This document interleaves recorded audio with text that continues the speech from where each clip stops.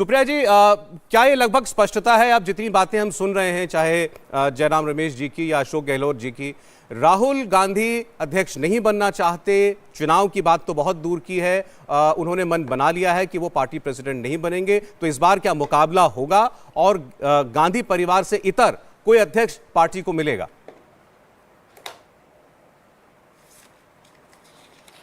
आपको, मेरे को पैनलिस्ट को और सारे व्यूअर्स को मेरा नमस्कार।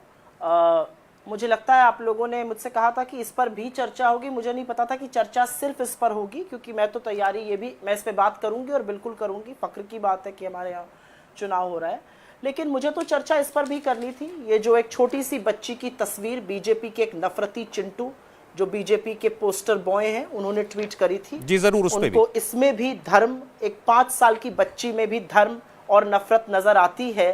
ये देखकर और ये सुनकर मेरे तो होश फाख्ता हो गए कि इस तरह से आप नफरत की आंधी में अंधे हो गए हैं कि आपको एक 5 साल की छोटी बच्ची पर भी प्रहार करना, उसको भी आप कपड़े से पहचान रहे हैं। मैं ये कहना चाहती हूँ। लेकिन हाँ, आपकी जवाब देने से, आपके सवाल का जवाब देने से पहले उस नफरती चिंटू को ये पिक्चर क्यों नहीं दिखाई देती जहां पर राहुल जी झुककर एक छोटी सी बच्ची की सैंडल बांध रहे हैं, या ये छोटा सा बच्चा जो कन्हैया बन के राहुल जी से मिल रहा है, या एक छोटी सी बच्ची जिसके जीवन का शायद ये सबसे सुखद पल होगा जब वो राहुल जी के साथ हाथ पे हाथ डालकर चल रही है भारत जोड़ने के लिए। उनको ये बच्ची का हैप्पीनेस अनअडल्टरेटेड, बेझिझक, बेखौफ हंसी और जिस प्यार से उसने एक भाई की तरह राहुल जी को पकड़ा है, वो नजर नहीं आता।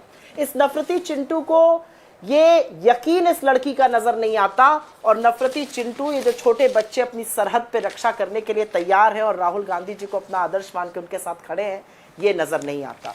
उस नफरती चिंटू को शायद ये वृद्ध महिला के हाथ से बनी हुई चटाई भी समझ में नहीं आएगी।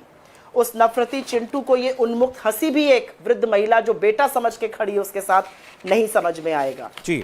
एक वृद्ध महिला, मां के समान, जो एकदम से भाव विवहल होकर, जिसकी आंखों में आंसू भर जाते हैं राहुल जी को देखकर, यह भी समझ में नहीं आएगा।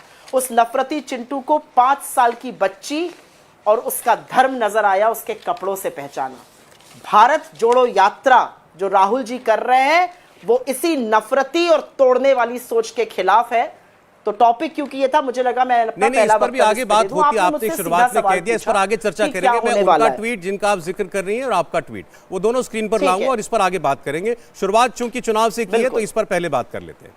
बिल्कुल, हाँ, उसका भी मैं जवाब दे देती हूँ। आपने बिल्कुल सही सवाल पूछा मुझसे कि इसका क्या मतलब है, इसका क्या अर्थ निकाला जाए।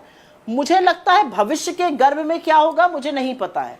मेरी आकांक्षा है, मेरी अपेक्षा है, मेरी इच्छा है कि राहुल जी नेतृत्व संभालें, लेकिन राहुल जी के मन में क्या है, वो क्यों करना चाहते हैं या नहीं करना चाहते, ये मुझे नहीं पता। वो क्या करेंगे ये भी मुझे नहीं पता।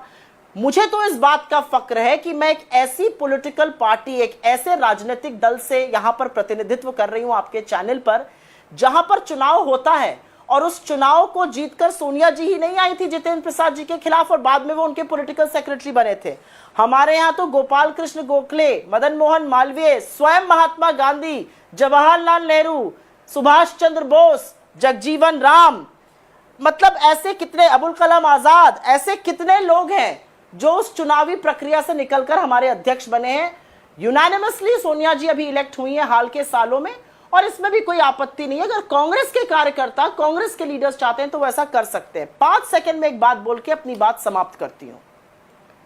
ये जो चुनाव है, इसमें चुने हुए 9000 पीसीसी डेलीगेट्स अपना वोट डालकर चुनेंगे अपने अध्यक्ष को। अगर चुनाव होता है, अगर यूनानिमस चॉइस नहीं होती है, वो 1-2 लोगों के बीच में हो सकता है, 3 के बीच में हो सकता है, 4 के बीच में हो सकता है, लेकिन ये पीसीसी डेलीगेट्स जो हैं, इसको बूथ कमेटी चुनती है, बूथ ब्लॉक पे भेजता है, ब्लॉक से पीसीसी डेलीगेट चुना जाता है।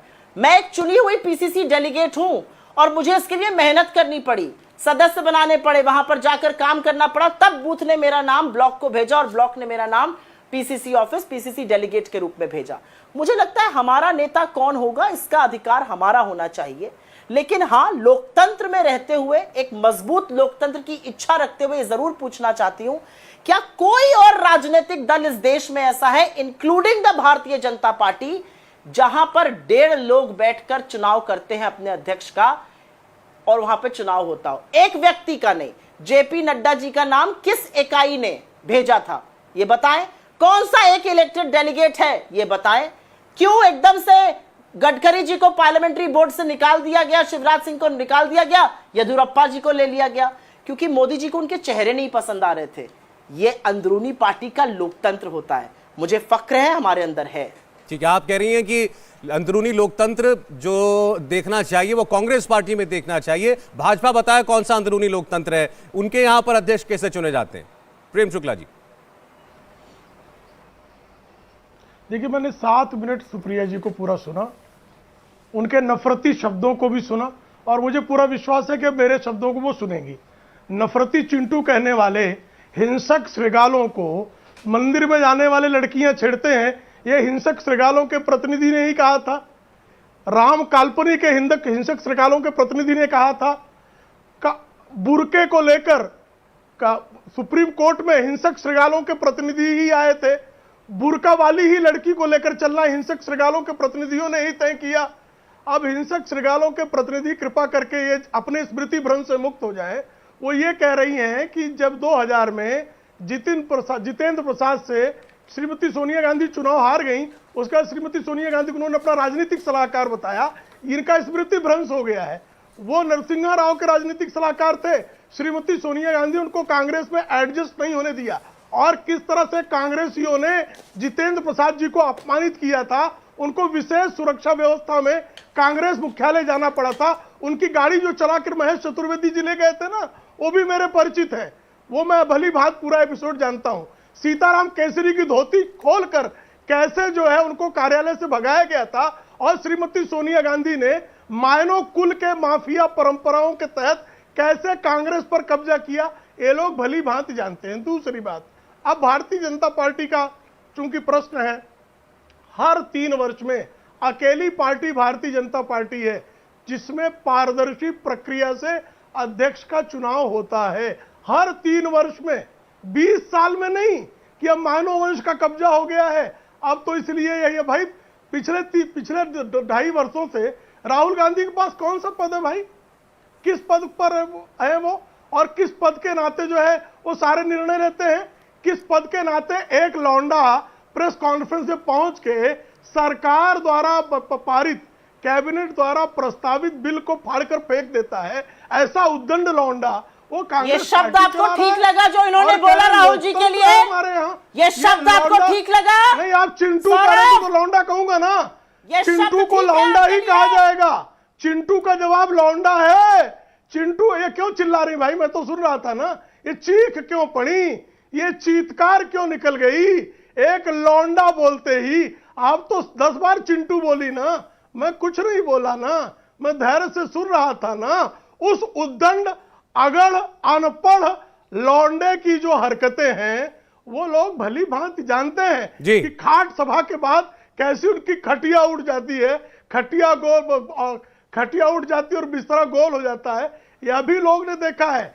और जिसके खिलाफ आप खाट सभा करते हैं, कैसे उसके चरण चाटने के अतिरिक्त आपके पास राजनीतिक विकल्प शेष नहीं बचता, यह भी लोगों ने देखा हुआ है। इंडिया टीवी हर वक्त हर जगह डाउनलोड करने के लिए सर्च करें India TV news Google play store या ऐप स्टोर पर।